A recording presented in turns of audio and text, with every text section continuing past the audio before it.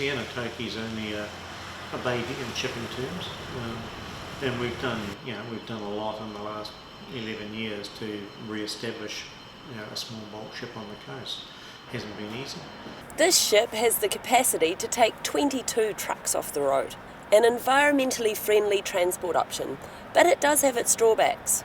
As we sit here, I'm talking to the master this morning and he said, yep, we're loading today, we'll be finished by 1 o'clock, but we can't go anywhere because we've got a southerly storm coming up the east coast and we can't get through Cook Strait.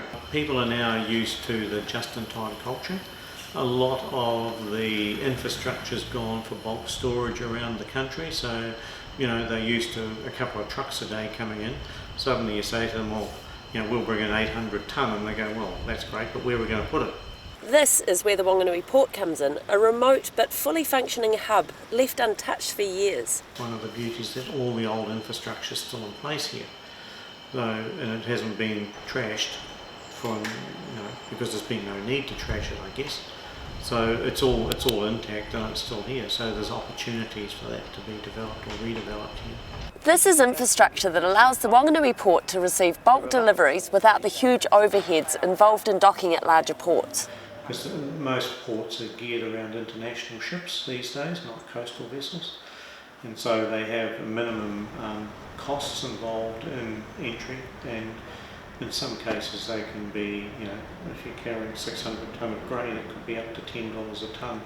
The port had already been earmarked for development but has applied for a matching amount from the Provincial Growth Fund. The council has brought forward $12.3 million worth of funding for infrastructure. This was already in the long-term plan, so they just brought that forward to this year, and that's the PGF application has gone for a similar amount of money to match that. The planned development is large in scope and scale, with a number of businesses set to benefit. The plan for the port revitalisation project is to do up number 1 wharf to a commercial standard. Number 2 wharf will be brought up to being light commercial, fishing boats, those sort of things. And number 3 wharf will be mainly targeting small commercial and recreational boats. Part of the project is the purchase of a dredge. It'll be likely to be a small cutter suction dredge, which will open up a channel alongside the wharves consistently and keep that open, which will enable the small boats and the Coast Guard boats to get out to sea more regularly. There is still one problem that won't go away, and that's the river. We're still at the mercy of the river though, and so any logs and stuff that come down could potentially block up the boat ramp, and we can't do anything about that. Georgie Ormond, Local Focus.